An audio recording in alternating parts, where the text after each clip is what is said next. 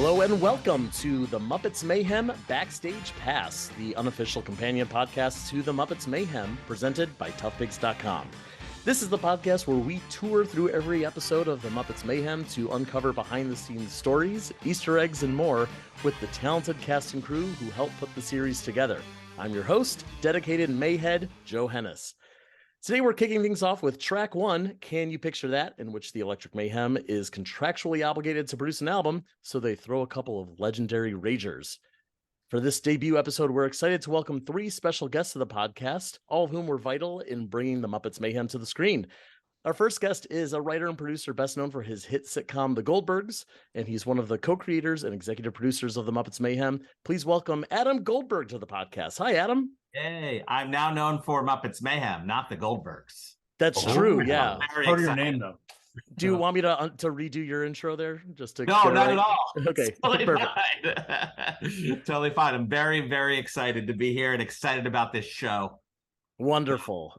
Our next guest is a writer, film editor, and former Jim Henson Company intern who has definitely risen up in the world because he is yet another co-creator and executive producer of the Muppets Mayhem. Please welcome Jeff Yorks to the podcast. Hey, Jeff. What's up? I was terrified to hear how I was going to be introduced after Adam's long intro of all his accolades and credits. And we have Jeff Yorks. Well, isn't it nice that I mentioned your internship?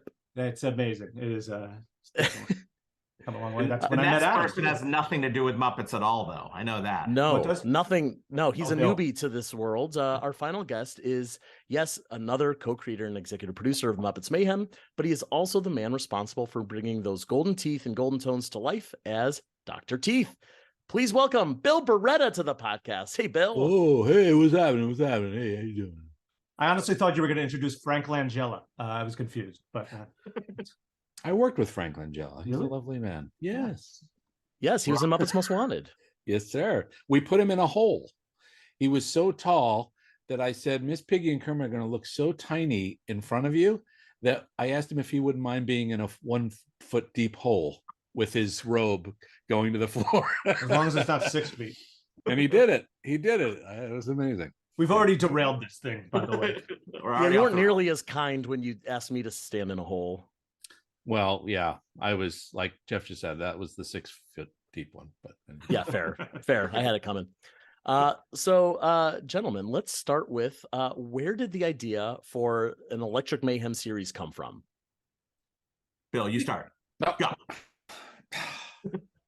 Okay. 2 different places. We'll start with Bill. All right. Well, so after we did Outside Lands and the reception that we got, it was just so much fun to do. And we hadn't done anything like that with the band, to that degree. And it was amazing. And I just started thinking about how much fun it would be to take them on tour, right? Why don't we just take the band on tour kind of thing? And then as I started thinking about it more, I thought, well, maybe it's like a series about them going on tour. And so I had pitched to the Muppet Studios back then. And then the changing of the guard happened and there were some new folks now running it. And I pitched the idea to them and everybody was they loved the idea. And so little did I know while we were talking about, should we go pitch it to Disney Plus?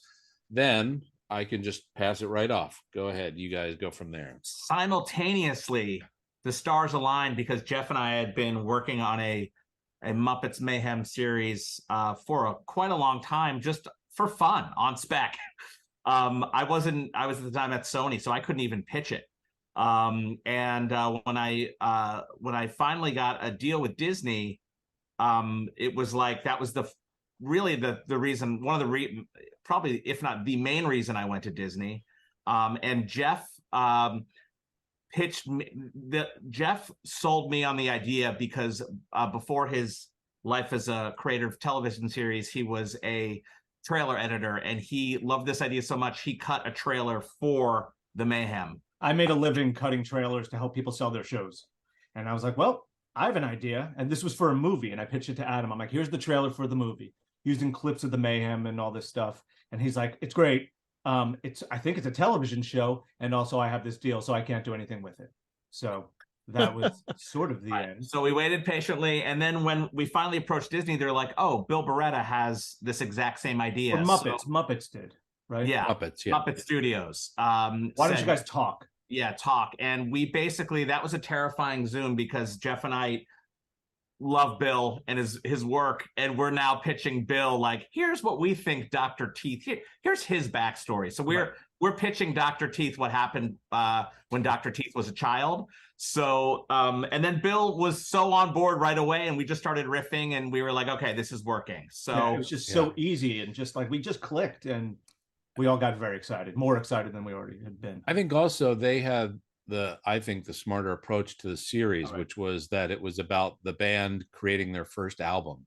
Yeah, I always versus wanted my idea of the tour, right? So that could be another season, but this was so much smarter, to do the album thing. Yeah, I'd always selfishly just wanted an album, and then when it sort of clicked that that's what this could be, we had what's called the engine to the show. It's not just day and then the misadventure. Is that a writing term? Is that a writer's term? I don't know. I'm only a reader. Engine to the show. Okay. Jeff wanted his Mayhem album, which never existed, and now this album is #1 on Billboard. That's crazy. How about that? And remember, I kept fighting for him. Like, it has to come out. It has to be a vinyl. I mean, it's like #3 on vinyl. Yeah, amazing. It's well, first of all, I love the idea of creating an entire television series just so that you could have a piece of merchandise. I very much relate to that. Yeah. My next one's about a t-shirt. Is there any chance that we'll ever get to see that trailer that you cut? Because I'm very curious to see what your pitch looked like. What's really interesting about it is that trailer actually became the first sizzle, or the first teaser. The first teaser that was released. So the first third of my trailer was what became the teaser, where it's just like, for the past 45 years, one band, the misdirect, the rug pull. And then I wound up just recutting it with the footage from our show. Great. So whereas before I was using all these random movies like Rockstar and Almost Famous and things like that, now I could swap it out with the Muppets Mayhem. Just a tight shot of the mixing board with Moog. Floyd on bass, that kind of stuff. Yeah, absolutely. Well, it obviously worked because when we saw the actual teaser, I mean, the internet blew up. The Muppet fan community went nuts. You delivered on the promise, which is also always satisfying. Thank you. Can you talk a little bit about the research that you guys had to do, probably more for you, Adam and Jeff, to learn more about the Mayhem so that you could write in their voices? I don't think I did much. I grew up with the Muppets. I love the Muppets. I love the Electric Mayhem. That was something. I felt like, for me, it's the Muppet Show. It's the Muppet movie, Great Muppet Caper. I mean, it's all of it. And I sort of knew that. And I watched the recent series, but I think for Jeff, I would like that he would have done less research because his brain is a giant Muppet encyclopedia.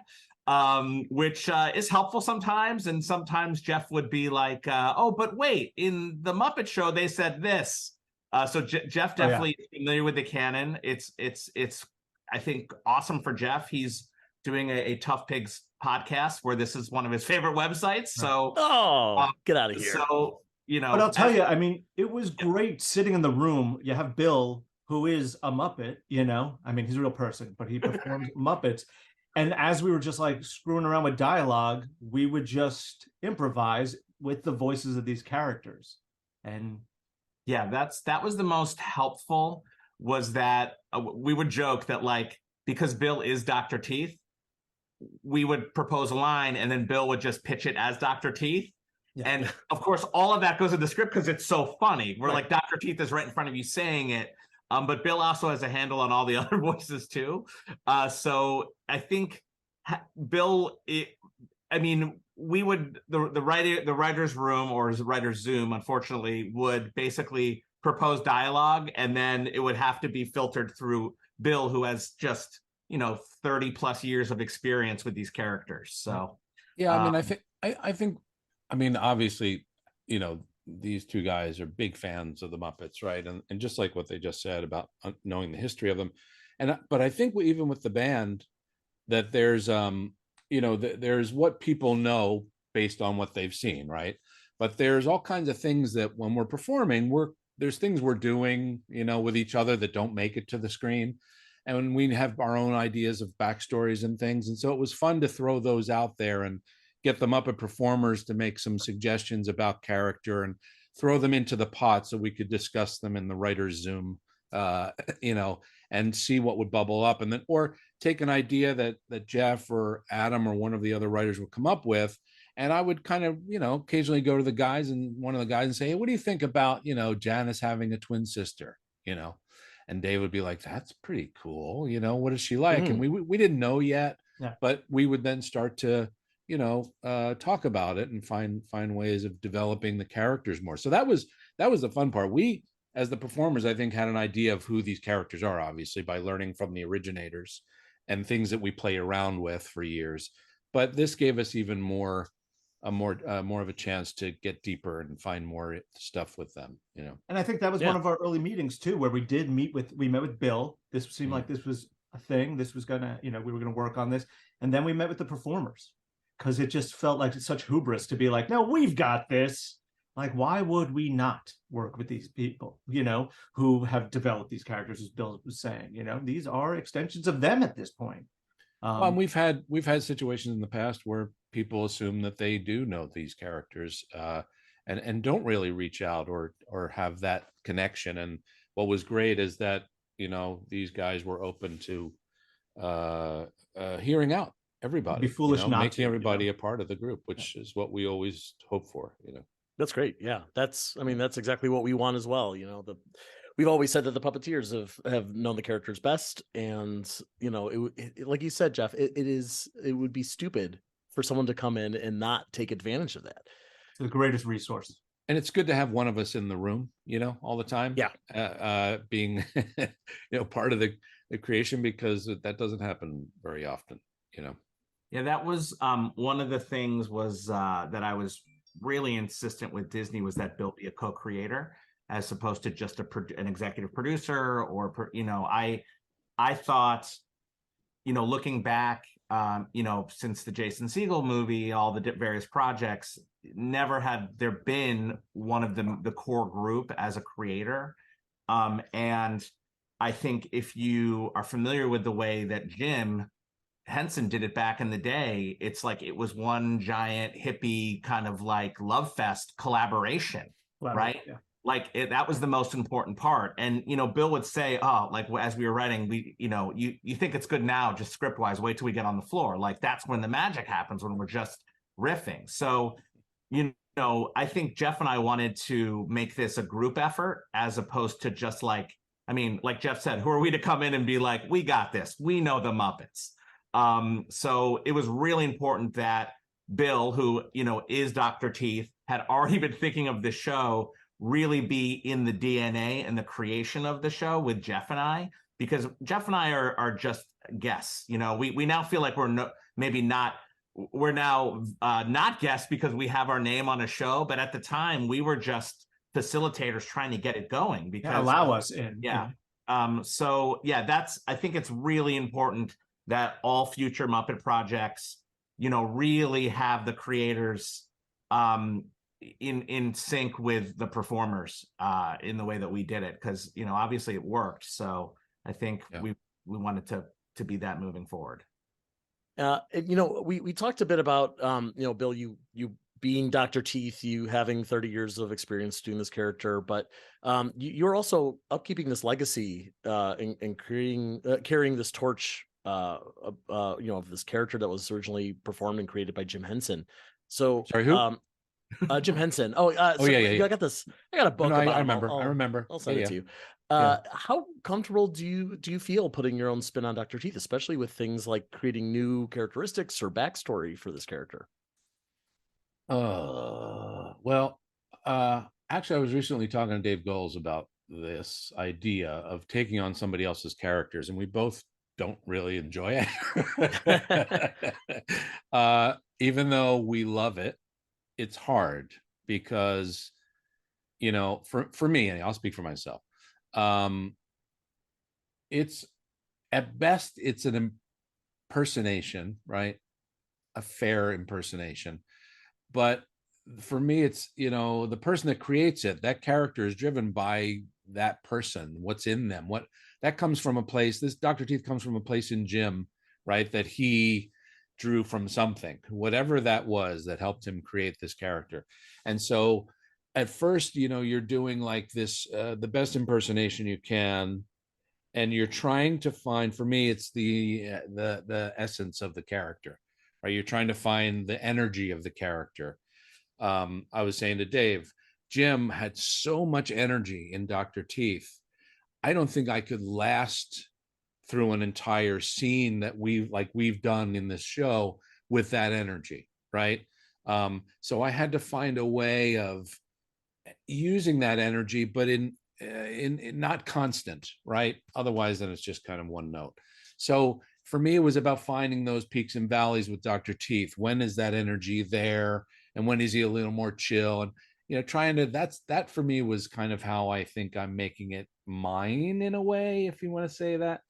But it's just hard. It's hard because everybody has their Dr. Teeth, right? They love what Jim did. And so, I don't know. I don't know if I answered the question. I guess it's just about over time, you try and find ways to put a little bit of yourself in there so that you're more comfortable doing it instead of just pretending you're doing somebody else's character.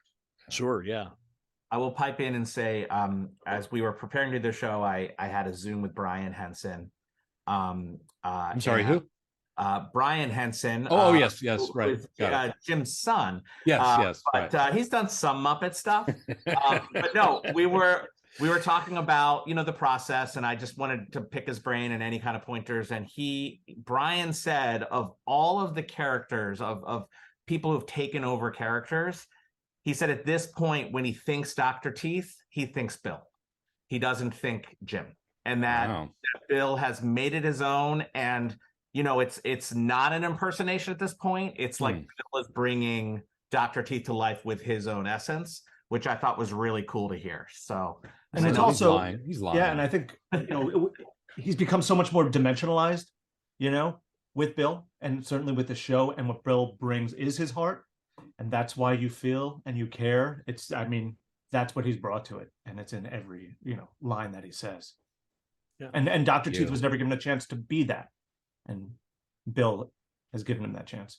Well, and just like pure quantity, this series specifically has given Dr. Teeth and the rest of the band so much more of a spotlight than they've ever had before. Before, like, they come in, they do a joke, they get off stage. They come in, they do one song, they get off the stage. Like, maybe you could say, Outside Lands, something like that, where they can sing a bunch of songs, but that's not character. That's just you're doing a performance. But this, I think a lot of fans are going to come out of watching Muppets Mayhem feeling like this is Dr. Teeth. This is the way he sounds. This is what we'll kind of continue moving forward with the characterization. I think it was the advantage we had also in writing it is that people sort of knew these characters. You certainly recognized them, but you didn't know that much about them. So it gave us freedom to really flesh them out or foam them out. I don't know, or felt them out. So I just thought, you could just go and kind of do what you want, starting with the basic things that, people knew. I'm a glutton for punishment. And Jeff and Bill have really discovered this, that I really read all of the online comments, be it the Facebook pages, Twitter, especially, not so much on Instagram. And I'll even do Muppets Mayhem sucks and do that as a search. How do you spell sucks? Who thinks it? Who out there is not liking the show? So one thing I have never seen is like a fan saying this is not the character that I knew. Like, if there's a Gonzo, if there's Gonzo or Kermit or like anytime you do with those characters, like that's not Kermit, that's not my Kermit, right? Because that character is so fleshed out. No one is saying this is not the Lips that I grew up with. Lips maybe have one line. So that was a huge relief for Jeff and I in terms of like, we're standing on the shoulders of giants, but we're not like, we're like the smaller giants, right? Like, so we can kind of make it a little less pressure. Yeah, a little less pressure for us. It was a great way to dip our toe into this world for sure. What was the first thing that you filmed for the series? I think we cut it. We did. The first thing we shot in episode 1, It is where not in the Nora shows up to the shack. She just found out that they're performing at the shack, right? And she runs into the house to find, I think there's a crowd outside and they're upset because people are, there's animals banging on the drums. And so the shot was Nora entering the house. What's going on here? Animals on the drums, just pounding in rage. Remember, the camera swiveled, turned around, pulled back. There's Dr. Teeth is building a house of cards. Floyd is, just reading a magazine. Janice is there doing like a tarot reading or something like that. And that was the day where Adam and I were in the writer's room, and someone hurried in and they're just like, okay, we are 2 hours in. You are 4 days behind. Just to set up this shot. And I think we even saw it on a monitor, and Adam's like, yeah, we're not going to use that shot. Yeah, we ended up cutting the entire scene. Yeah, it just goes straight from, what do you mean, the shack? Let's hope the police don't come, or whatever the line is. And it cuts to the police at the pool, That was the first thing we shot and cut. Fantastic. Well, I'm glad you got back on schedule. Yes. And right on the last day. On the last day, we almost were back on schedule. Well, speaking of getting back on schedule, let's talk about this episode, this pilot episode here. We start the episode at the El Rey Theater in Los Angeles, which was not in the script. Right, reshoot. Oh, really? Was it supposed to be at a different theater? Yeah, it was basically in episode something or other when they're on the side of the road and they're performing "It's Only Rock and Roll, But I Like It." That was our open. And we cut it, and it's cool. And the powers that be, Disney Plus, saw it, and they're just like, we just want bigger. Like, this is great, but we just want to get into this. We want to blast the audience with Electric Mayhem. Great suggestion. Yeah, it was a good suggestion. It was a great way to start the show to remind us, we're not creating a new continuity for the Electric Mayhem where they're this little band who are going to grow. Like, they're already famous. They already have a following. That's really important to what the story you guys were telling. Yep. It was insanely important. And it's funny because when you're writing, you're like, okay, we want them in a theater. We want the crowd going crazy. We want like huge lights and crane shots.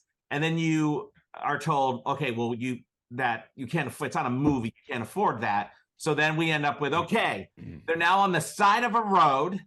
Their van broke down and they're just kind of jamming out.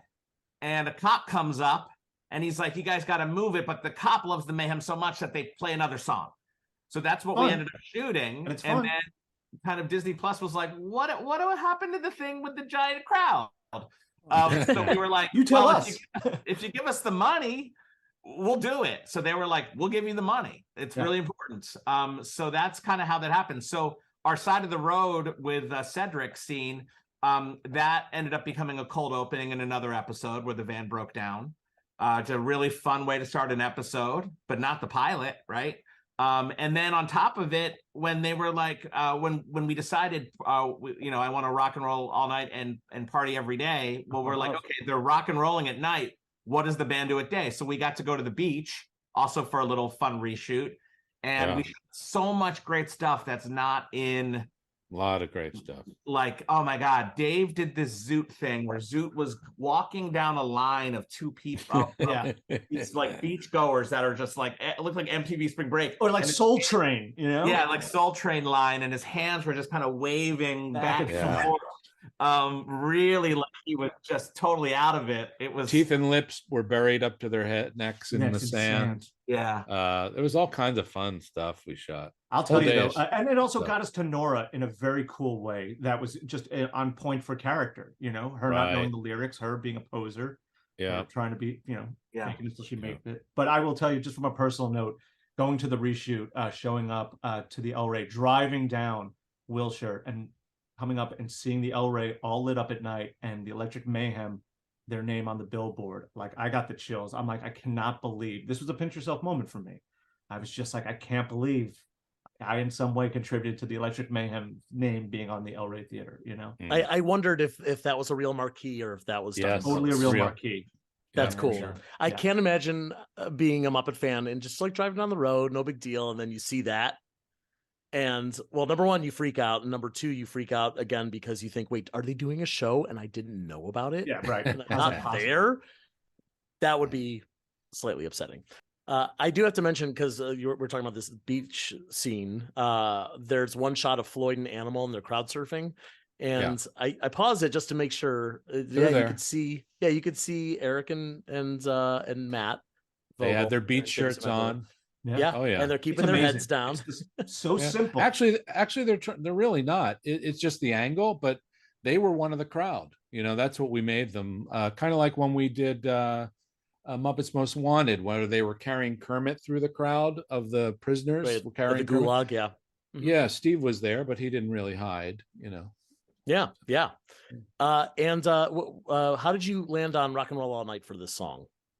I think just because of that bit that I've wanted to put in a show for the last 15 years, which is like my son, I played it for him in the car, and he thought the lyrics were rock and roll all night and part of every day, because no one could conceivably rock all night and then it would be part of every day. Like, so that whole bit with Nora, like that was something that I wanted to get in the show. And we scripted it. We had like 4 pages of this back and forth, and we're like, this is great. And they're like, yeah, well, it's 4 days of shooting.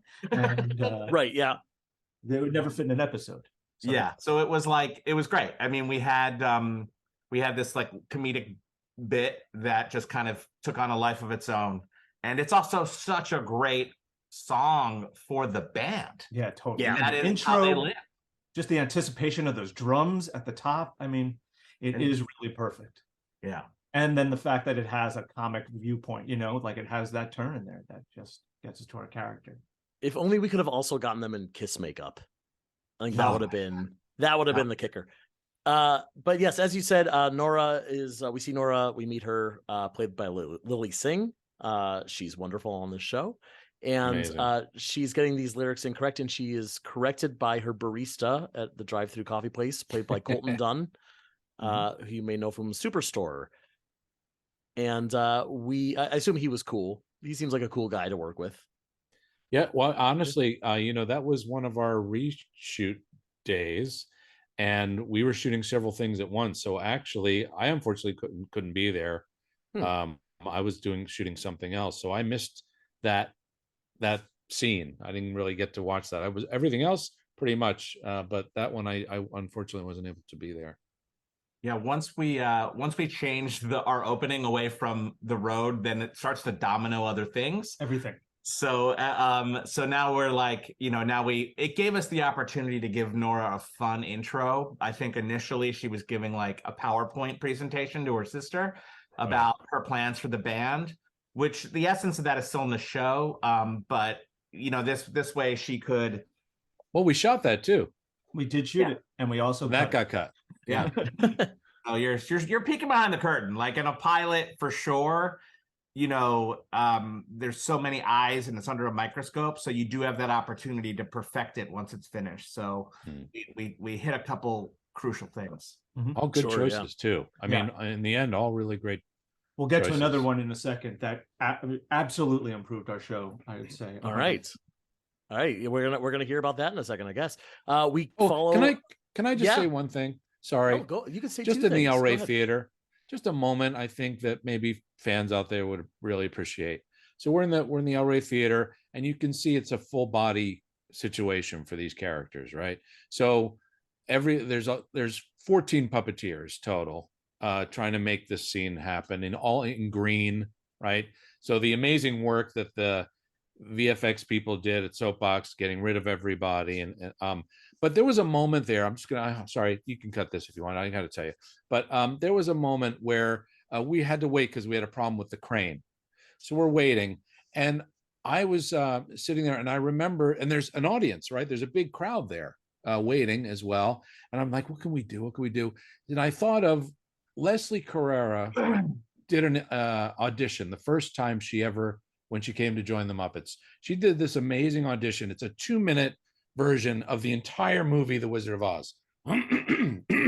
It's the most incredible thing you've ever seen. She does every character and just goes through the whole movie the best Judy Garland I've ever heard. The witches, that she does everything. Toto, and then at the end, what wraps up her piece is everybody singing the song Over the Rainbow, and everybody started to sing, and she got the whole room going. It was just her and her green doing this thing. Wow. And the room just lit. It was so beautiful. And nobody really felt that, the stress of, the crane and how long is this taking? It was just a great moment. I just wanted to mention that because it was really memorable for people who were, fortunately able to be there. It was just great. It was a great. Well, that sounds really special. Yeah. Yeah, it was. Well, speaking of Leslie, we are going to follow Nora to her job at Waxtown Records, which also I appreciate that Waxtown Records is between a store called Pants and More and Pants for Less. I got to kick out that. I love that you appreciate that because it was a nightmare. No, it wasn't a nightmare. It was. No, it's a lot of just back and forth. You have your Disney legal department. Sure. And every store exists. So we had boxes and for more, boxes for less. Both of those stores are real stores. So it got to the point where we just didn't give them any other options, right? We couldn't figure out. The one I really wanted was somehow related to a rock and a hard place. But what does a rock sell and what does a hard place sell? So, but yeah, we gave them this. That was it. Yeah. And we're like, well, what if it's a number? 4. They're like, okay. we wore them down. Yeah. But thank you for noticing that. A lot of effort. Of course. I mean, look, this show is made to be paused a lot. So I appreciate that there's stuff to see when you pause. Yeah. We at Waxtown Records, we meet Penny for the first time, the new character performed by Leslie Carrara Rudolph. And I have to give you guys kudos for creating a new character, because there's so few new Muppet characters. Number 2, creating a new female character, again, so few of those. And number 3, giving that female character a female performer. So well done on all 3 counts there.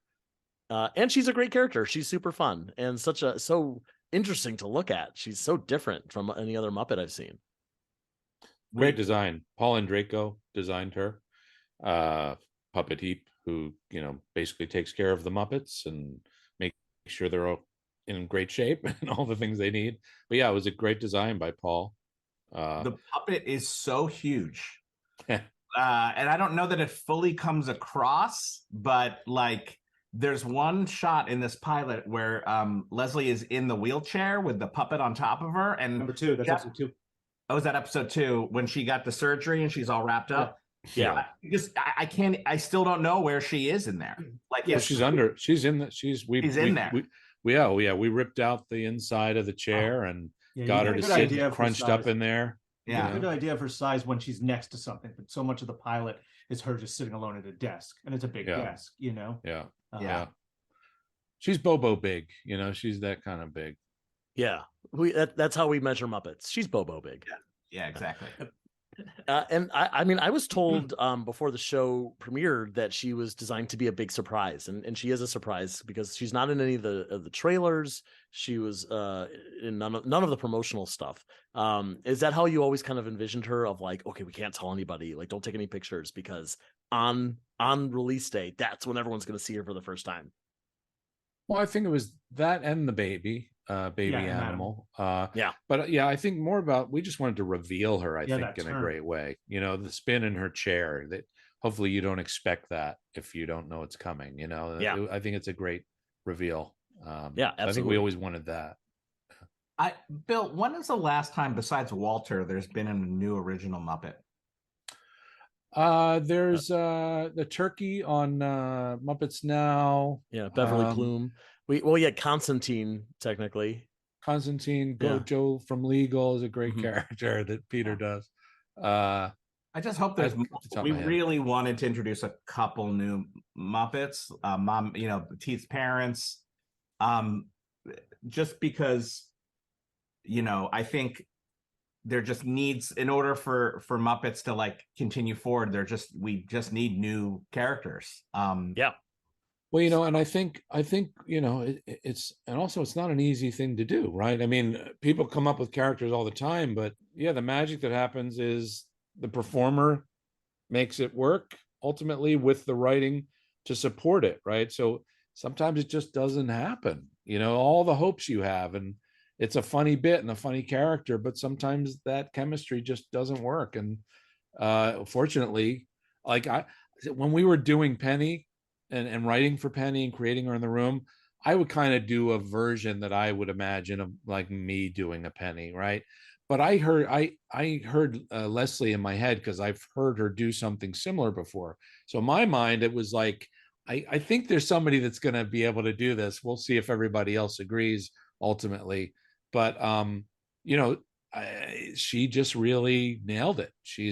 There wasn't, right. It just was it. Yeah. She told me that the voice is modeled after, I think, her neighbor when she was like, I think she moved to this like weird sketchy building, and her neighbor was this just old character. So she's essentially channeling that. And I realized like a lot of these characters come from like Pepe the Prawn. That's someone that Bill knows. Like you're almost imitating a relative or your parent or a teacher, that and then it just gets kind of like put into a fun puppet, and hopefully that matches up perfectly. So that's we got lucky. It worked. Yeah, we are fortunate. I do want to say I think Davis the Cactus is also really connected to audiences. So there's a new Muppet. That's right. Davis will be back. We're doing a spinoff with Davis. We're going to do a whole bonus episode just about Davis the Cactus. Cactus Among Us. Yeah. So Nora is making the case to Penny that she wants to work with more bands to help produce some albums, but Penny says Waxtown's a ghost town. Time to close up shop. I also wanted to mention this Waxtown record set is terrific. There's so many little details. There's so much going on. I want to say though, I visited the set once and I thought there's got to be Easter eggs all over this thing. And I spent so much time looking at like every album cover, every record. I didn't see any Easter eggs. What's up with that, guys? No, they do. In the Shack, I know they have the cast album to Cabaret.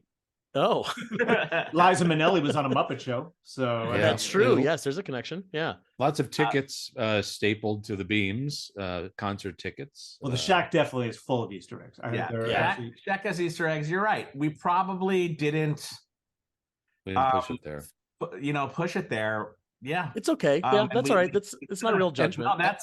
But you're talking to Jeff, who's the king of Easter eggs. So I'm sure this is we'll get him. We'll get him season 2. We'll have to step up if we go back to that set for sure. But we should mention. I mean, we did have an amazing production and set design team. Denise Pizzini and David DiGiacomo and our set decorator Don Deers, and then Jane Madden. But the colors and the palette of that space and trying to make it hip and cool, but still retro, like it's been there for way too long, but there's still these cool colors and textures in there. I just loved her office. It was always great to walk in there and shoot in there. Yeah. Nora is tasked with shredding all the papers, and she finds the Mayhem's standard famous rock star contract, which of course is a reference to the standard rich and famous contract from the Muppet movie. I noticed that the contract is dated 1975, which is the same year as the Mayhem's debut on the Muppet Show pilot Sex and Violence. Nice little Easter egg. I see you. That was all. So I also want to say the search engine is full of random Easter eggs. I wrote this down too. She Googles them, and underneath it says, "Who is the Electric Mayhem? Why is the Electric Mayhem? Has the Electric Mayhem ever been in jail?" And not really a question per se, but the Electric Mayhem stole my cat. Yeah, this was a fun afternoon. They're like, "What does this search engine look like?" And so I wrote up the whole page. I want to hear that story of how and why they stole a cat. I remember getting this email and I completely ignored it, knowing Jeff would spend the day working on it. I love it. I laid it all out. And that's the thing. He create. Jeff really is the Easter egg man, right? Or the Easter bunny. There you go. But I think people got excited about that when they would see him, creating these things, they started to try and go off on their own and think of things they could do, like the cups, right, Jeff? In From the 7? yeah, in episode 7, the documentary, that Bethany Barton, our props property master, she created the cups that were from the Beatles documentary, the teacups. Yeah. So everybody started to get into this thing. I You loved know, it. what can we? I mean, it was the best. I was Yeah. just because I was all about the Mr. Bassman sticker, right? Oh, that was so good. That's my favorite Easter egg. in I the was whole just like, series. and that's when it Yeah. clicked. I'm like, we have to do this. You know, it's meant Yeah. to be. It was contagious. And It was every contagious. call we were on, and I mentioned it, people are like, "We got it. We're doing it." And then Bethany shows I'm up. only She's like, doing "Oh, the I'm pilot podcast, so I will say there's 2 things that Jeff is responsible for: the baseball diamond, Yes. Great. which gets so much love on Twitter that I was not surprising. I thought, well, I don't know anyone's going to know the baseball diamond, and then of course, Jeff, do you want to say the one? There was one joke that I kept deleting out of the script. Yeah. Because I thought it was so narrow, and Jeff kept putting it back, and then finally he came to me and he was like, "It would mean a lot to me if this joke was in the script." And I thought, you know what, we'll just cut it in editing. But I was in the editing room, so I wouldn't let it happen. Then in editing, Jeff sat next to me the whole time and refused to let it happen. So you could say which one it is, Jeff. It's the River Bottom Nightmare Band. Oh, so good. I'm a You huge- teased this to me. Yeah, I'm a huge I met Emmett you- Otter. Yeah, I met you at Comic-Con, New York Comic-Con this past year. And I was telling you about, getting excited about Easter eggs. And you were like, get ready. There's an Emmett Otter Easter egg. And you left it at that. You didn't tell me so anything proud of it. else. I'm so proud of it. I only wanted to. We were going to have an episode where they're beefing with another band, and I just wanted it to be the River Bottom Nightmare Band to be. And I'm like, Jeff, people know Emmett Otter because he's in the title. That's no it. one knows the River Bottom Nightmare Band. No. Adam, you're so wrong. You're Thank so you. wrong. So there was that, and then the one I'm most proud of is that we set the Muppets in the same universe as the Feebles. Oh yeah, that was I another can't wait thing to when talk. we wrote that. I'm We like, got to break yeah. that whole thing open when we get to Yeah. that We'll get episode. to that. There's so much to unpack there. So Nora finds a video featuring Ryan Seacrest. Of course, you know him Which was from a great American idea. Idol. I think that was Adam, I think, right? Didn't you say we need to do some sort of like entertainment tonight so that there's some real people Yeah. talking about these guys? Yeah, we you got know? some Sure, celebs yeah. up front. And Seacrest, it was COVID. We had all these COVID restrictions when we were shooting, of course. And Right. Ryan literally is such a pro. He had no preparation. He just got a thing on a teleprompter and did it twice, and that was it. Like he is Yeah, great. He is amazing, that guy. Yep. So Wow. And you know who else is great as one of our testimonies? Chris Stapleton cracks me up. He plays it so straight. I thought he was just so good. Yeah. Yeah. I mean, a beard, that's your punchline. I grew a beard and it works, it's so good the way he plays it. Yeah. We see Chris Stapleton. We see Lil Nas X. We see Tommy Lee with his Mayhem tattoo on his belly. I remember that. Yeah. Yeah, that that's was when we super sat fun. there, and I'm like, and he has a Mayhem tattoo. We have to use this. Was that a real tattoo? Oh yeah. Oh, yeah. He really has that? Oh, I didn't know. Yeah. What we Yeah. didn't use was they gave me my first video camera to shoot. Ah, That was going too far. He famously has a Mayhem tattoo. Yeah. Which Features in a certain videotape. so that's a more of, I would say, a joke that probably adults get more than your younger audience would. But that's like the perfect joke to me, because It's real. kids know Oh, yeah. nothing, and adults go, oh yeah, okay. Yeah. sure. Yeah. That's the best part about it. And also with our cameos, when we could write specifically to them, it just made all the difference in the world, I think, Yeah. Just made Once them we real. knew who we had. Yeah. In that video clip, we also see clips from Old Mayhem production, which was actually a really nice Easter egg, just to kind of note that all these things really did happen in this world, as well as our real our world. We see Yeah. Muppets. We see the Mayhem on the Muppet Show. We see them at the Macy's Thanksgiving Day Parade. We see them doing Christmas at the Rockefeller Center, and we see the clip from the Outside Lands show, which is also must have been so great that you already had that footage. You didn't have to like film the Mayhem performing at a bunch of different places. It's like just grab the tapes. There were some Hurdles? not licensing challenge. What was it? Just Yeah. getting clearance from some things, but everybody ended up letting it happen. So yeah, that was great to see all that stuff too. I'm thinking, wow, that audience look at those audience outside lands. Just always blows me away that many people were there. Yeah, that Yeah. crane shot just like sweeping over the audience. Yeah, That's crazy. crazy. Concept wise, also, I think just starting with the band being beloved is such a good vibe for the show.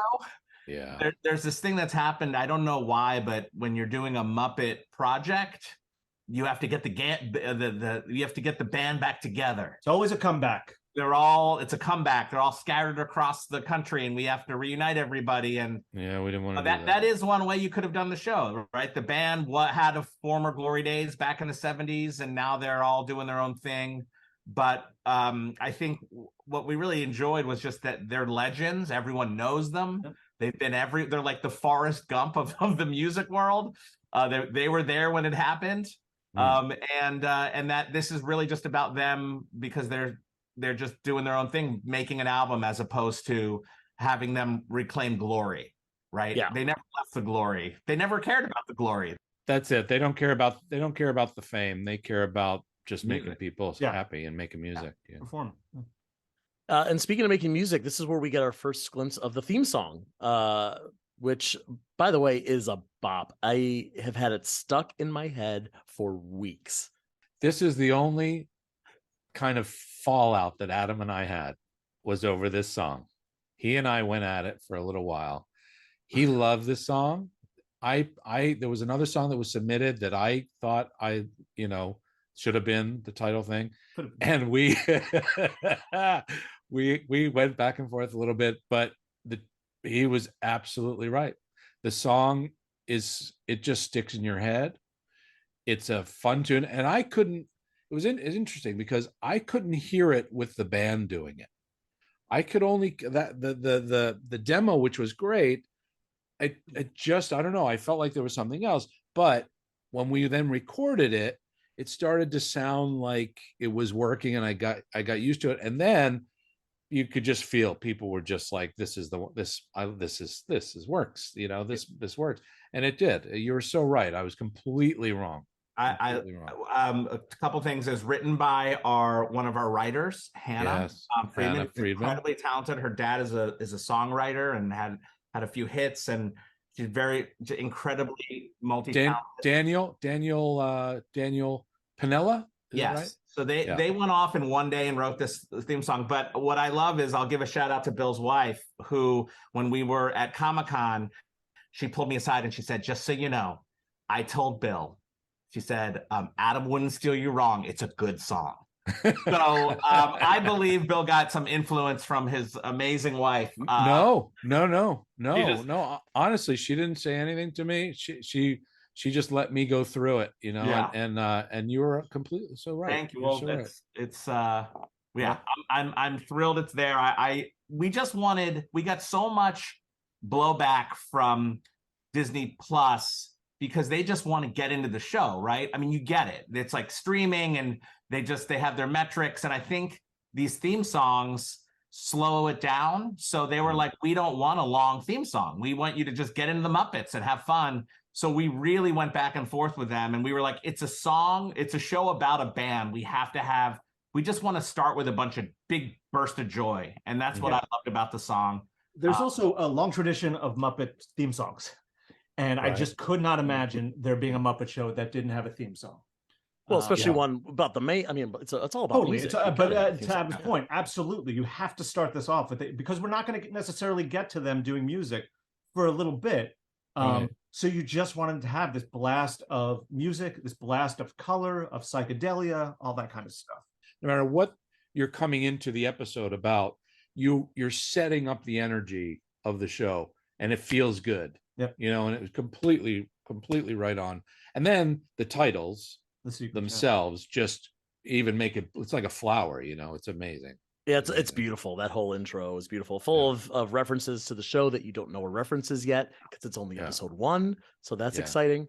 But moving on with the episode, we now meet Moog for the first time, played by Taj Mowry.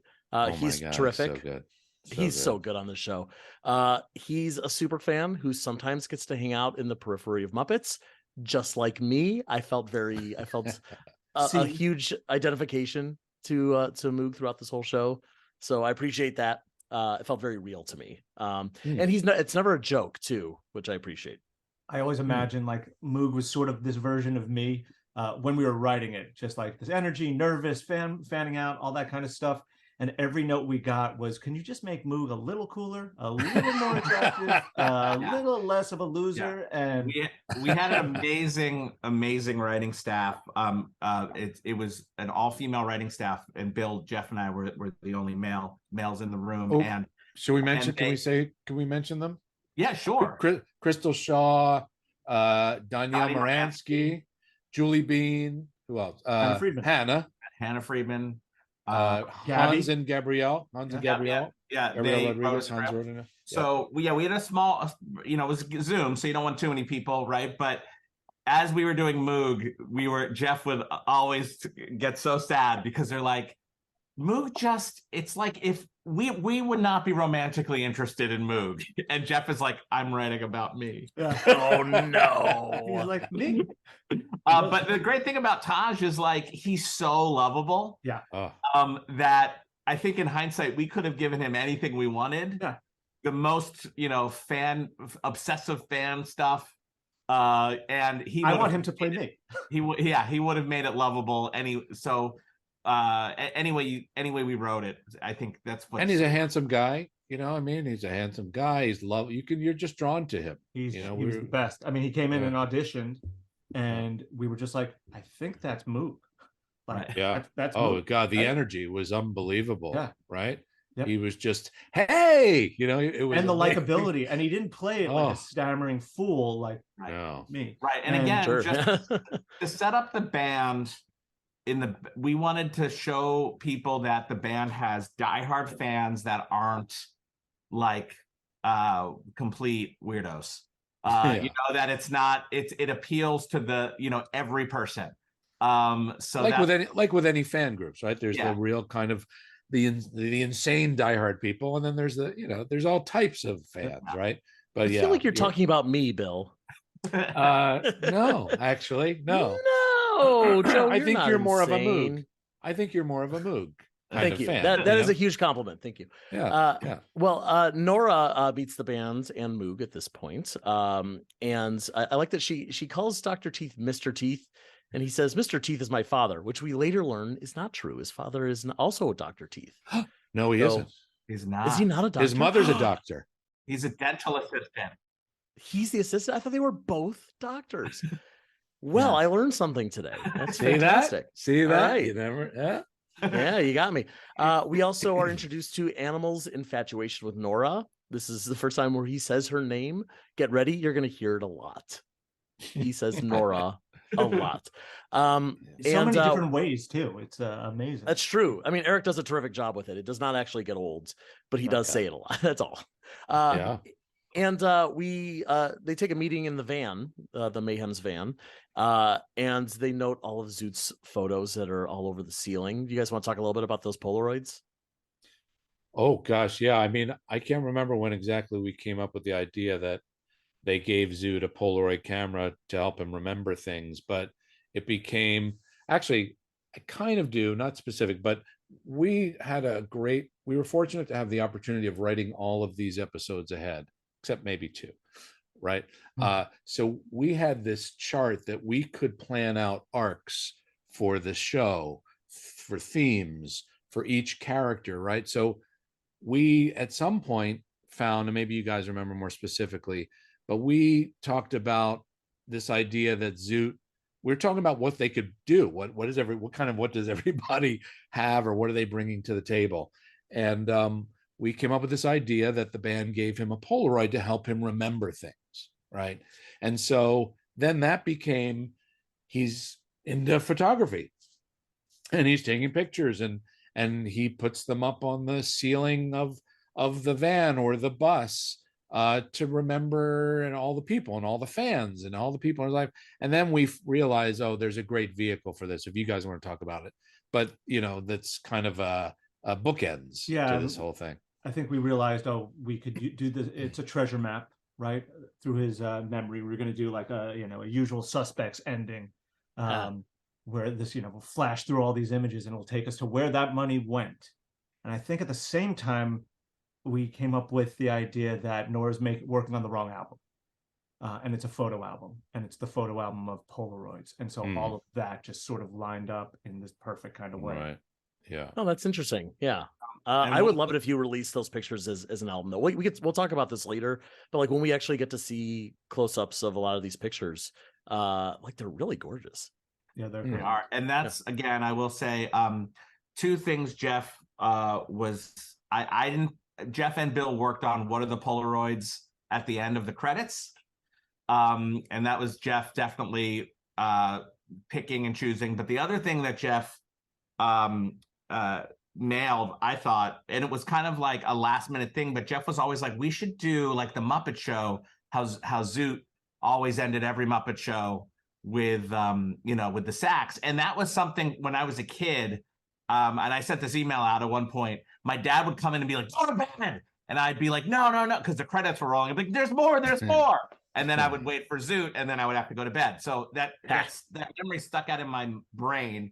And Jeff was like, we have the Polaroid camera, let's do these Zoot Polaroids. I think it was Steinbach who actually came up with it. But yeah, yeah, it was. I was like, I think we should do the sax. We have to do a Zoot thing at the end.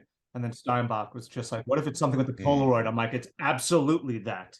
And then a lot of that was just Dave riffing and yeah, we wrote out, I think, about 10, and then I think we got like 15 or 20 back, And I also love on Twitter people like, this is my favorite one, and posting it. Like, it's just so cool because it was a little thing we did real fast that but I think all of that little love and those it goes a long way. And now we're done with the episode, so that was cool. Thank you for having us. I was just recalling something when we were writing the scene of them for the first time in the van with Nora, and the idea of what happened to this money.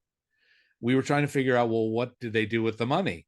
And so we laid it on Zoot as he was the one who somehow received it and had, so nobody knows what he did with it, right? It just now it's gone. It's a given. You're not going to know what happened to that money. Yeah. And then I think that started to feed this idea. Well, oh wow, could this pay off in the end because he put it somewhere, and then they find it ultimately, So that was a fun. Well, fun and the amount of money I noticed was $420,000, which what do you does mean? Not seem like a random number to me. It sort of was, what? I think. What? I just I think random. Random. Threw it out there. 400 didn't seem like enough. No, a little more. They got It was, I think, 416, and we just rounded up. Yeah, it just makes sense, That's fair. So we also, in the next couple of scenes, we meet Hannah, played by Sarah Chaudhry.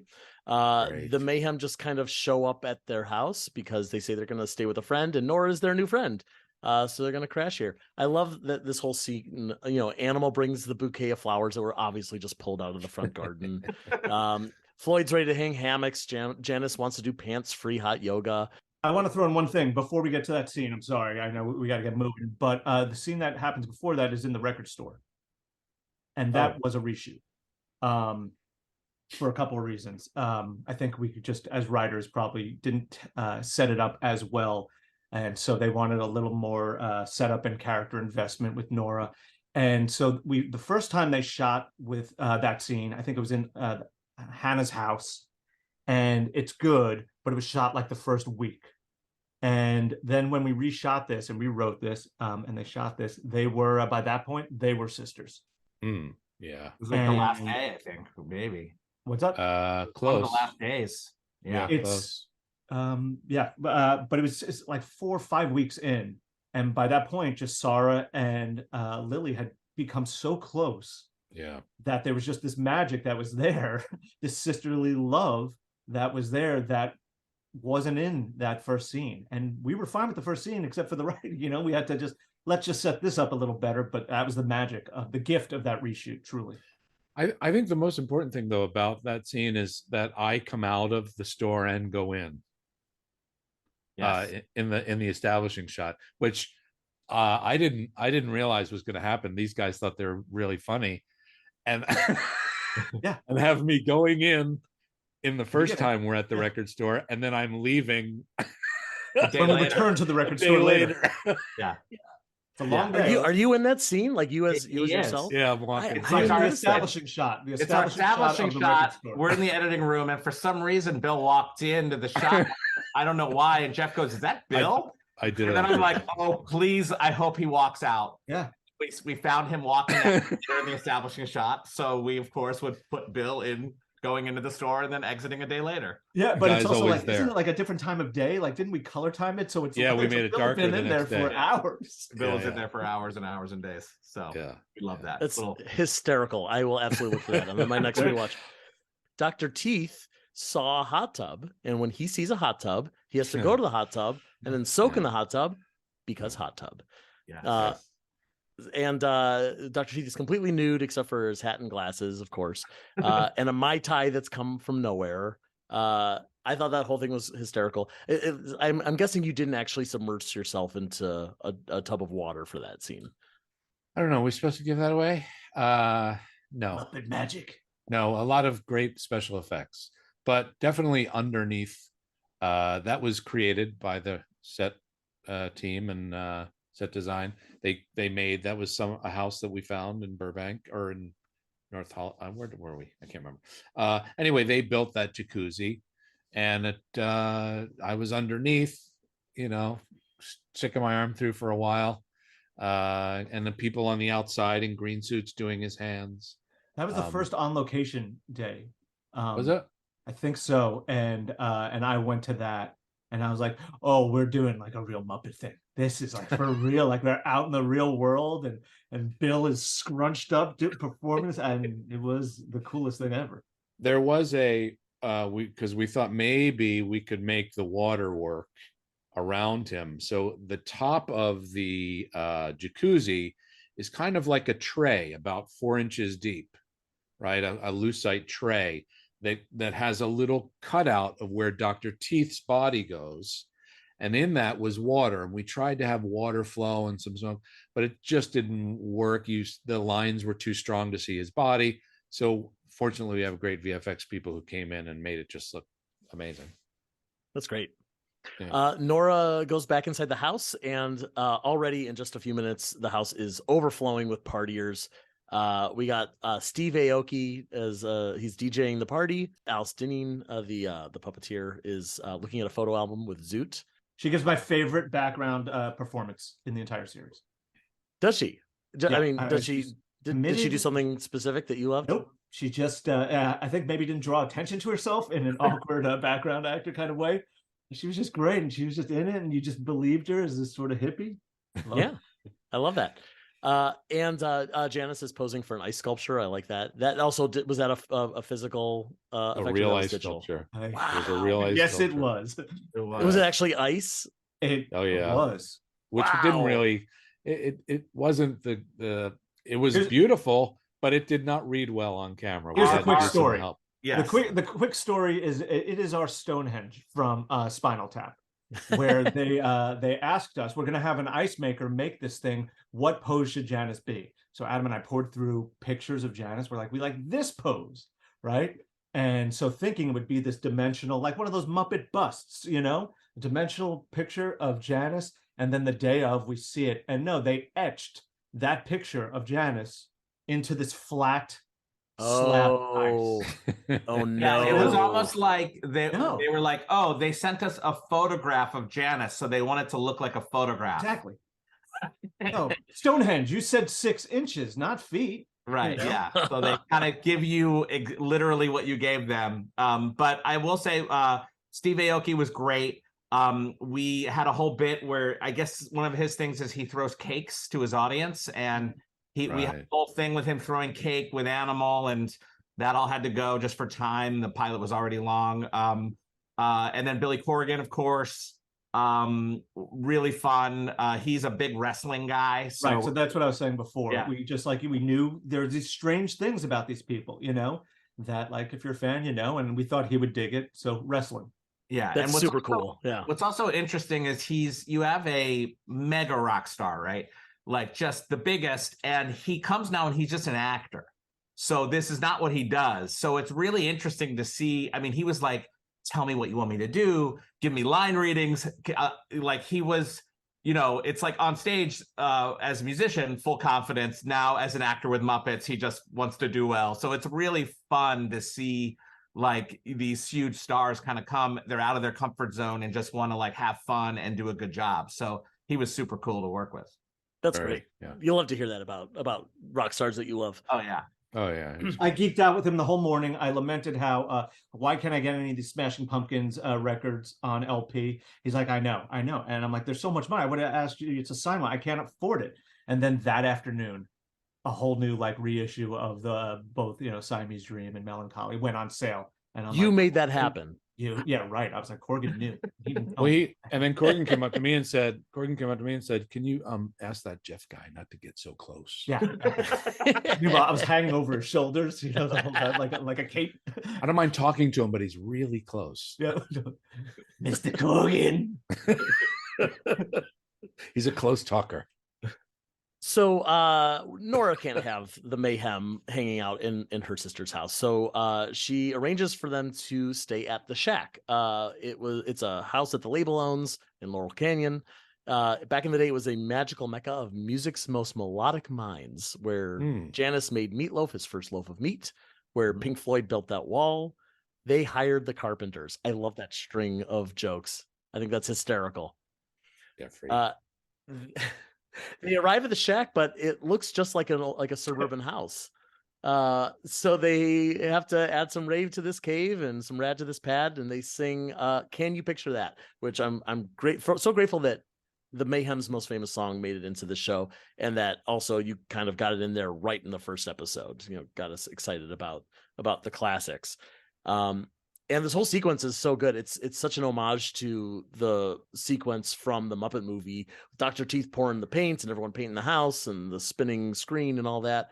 I love it. I think you guys did a great job with that whole thing. It was also important to have Can You Picture That, because we reference it so many times throughout the show. It sort of becomes a story point. So even for people who didn't know it as well, we just wanted to remind them. And what's really crazy is like I'm the Muppet movie. I'm assuming they shot that Dr. Teeth segment in several days. We had like 6 hours. Oh, jeez. So like, yeah, I mean, what they pulled off in that tiny amount of time was a crew working at their best. I mean, we got everything we wanted, and it looks great. But it's a TV show. We only had a day to do it.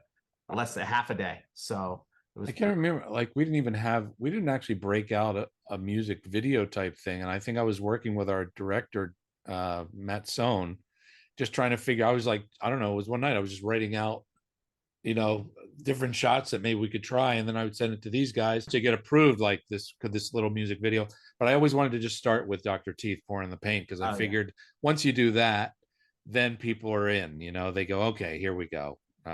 Fans at least, you know.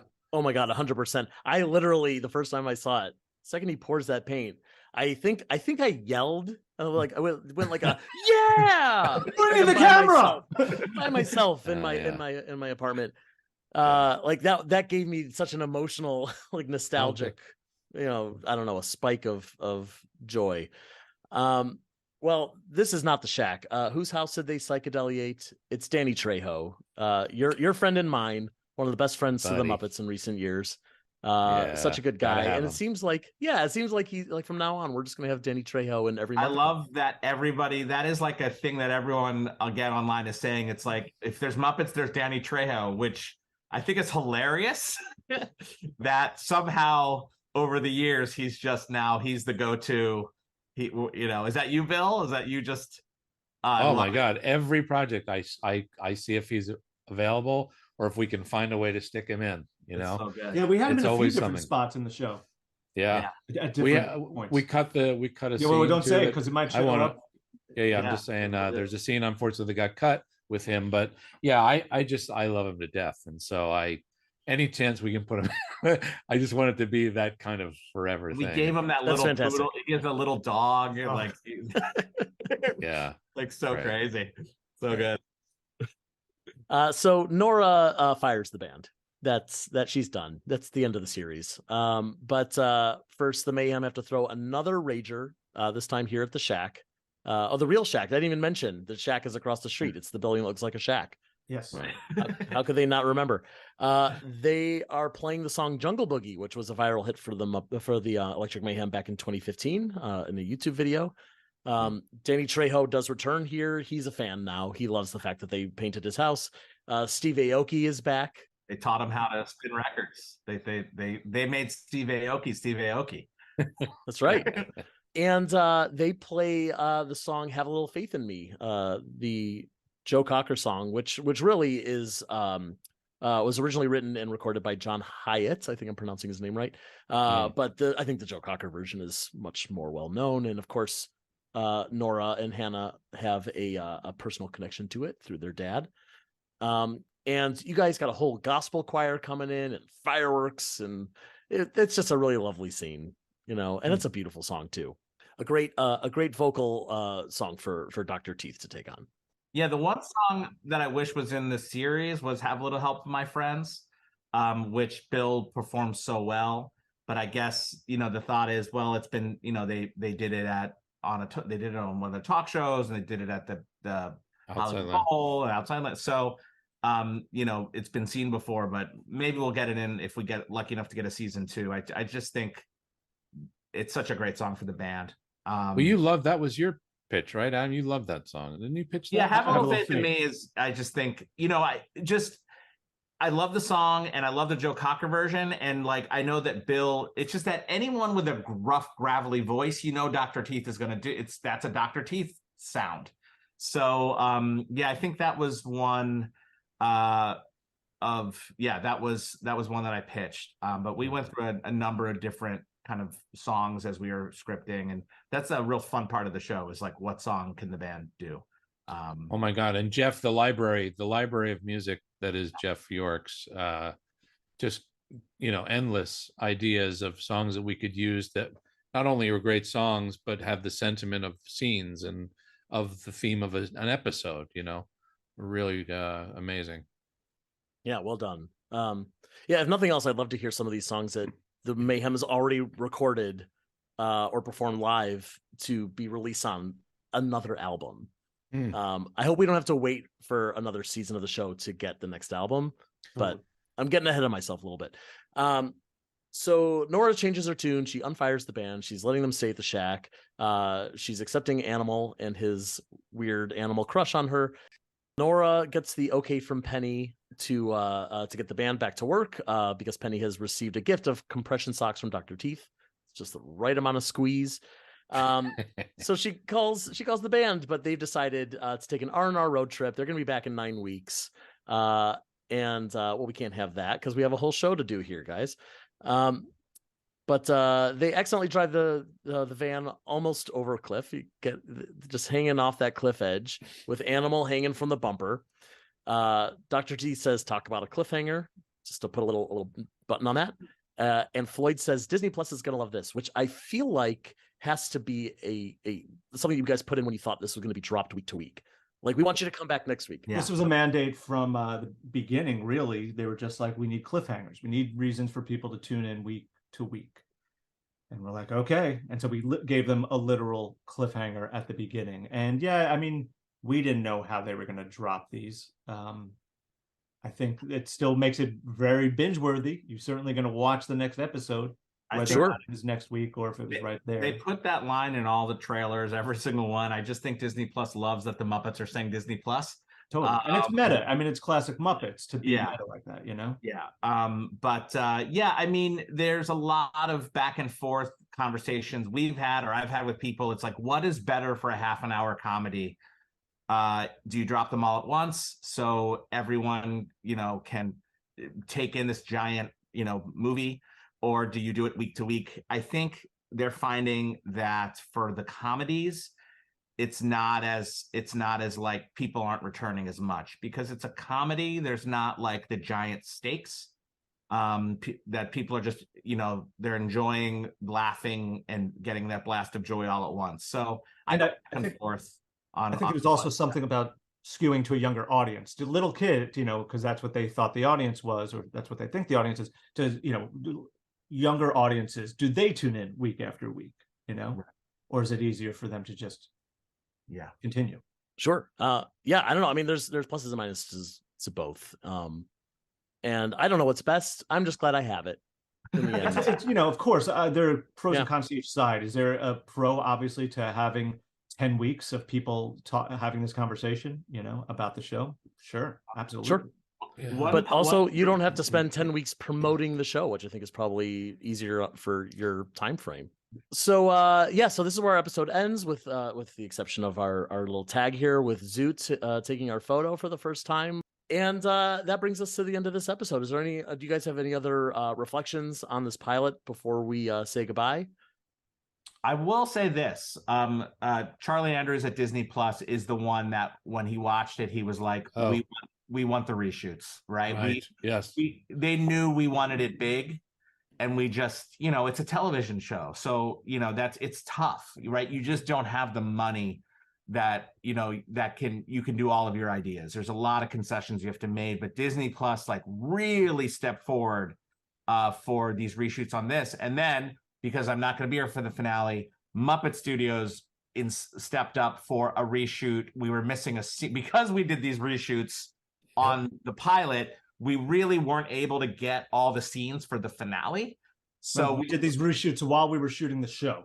Yeah. Reshoots happen. Advantage and disadvantage. Right. An so advantage for this, finale suffered quite a bit because we were missing some crucial information.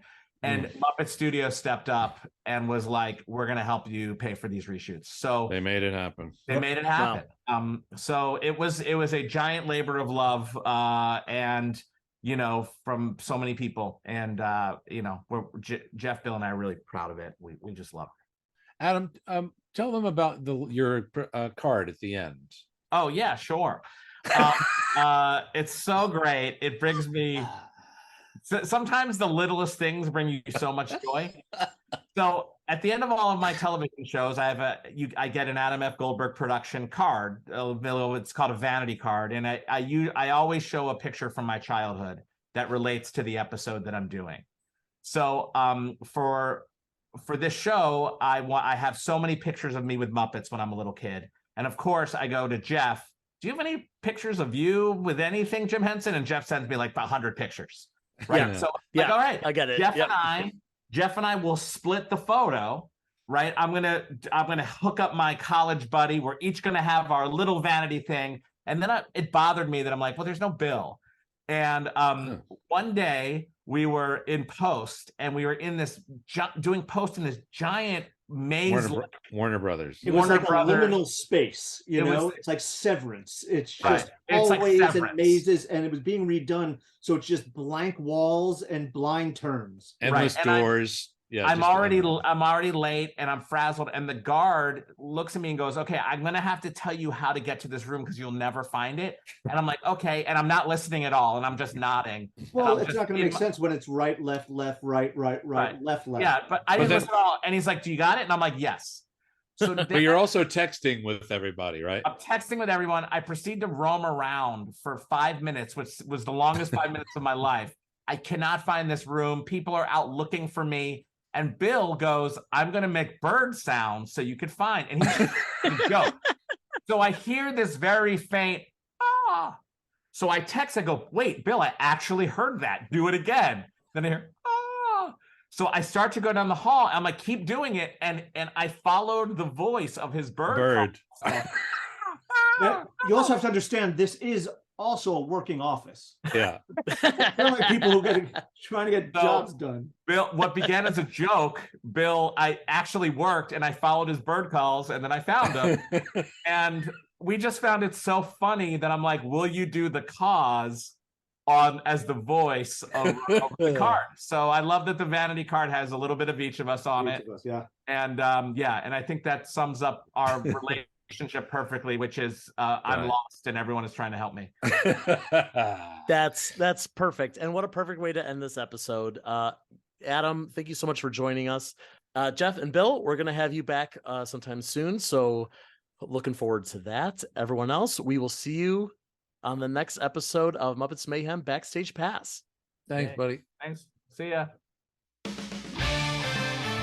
The Muppets Mayhem Backstage Pass is brought to you by ToughPigs.com. Produced, written, and hosted by Joe Hennis. Logo art by Dave Hultine Jr. The Muppets Mayhem mark and logo, characters, and elements are trademarks of the Muppet Studio. All rights reserved.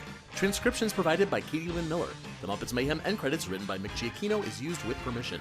Special thanks to the Muppet Studio, Disney Plus, and the entire Muppets Mayhem family. For more from Tough Pigs, find us at Tough Pigs on Twitter, Facebook, Instagram, and Patreon.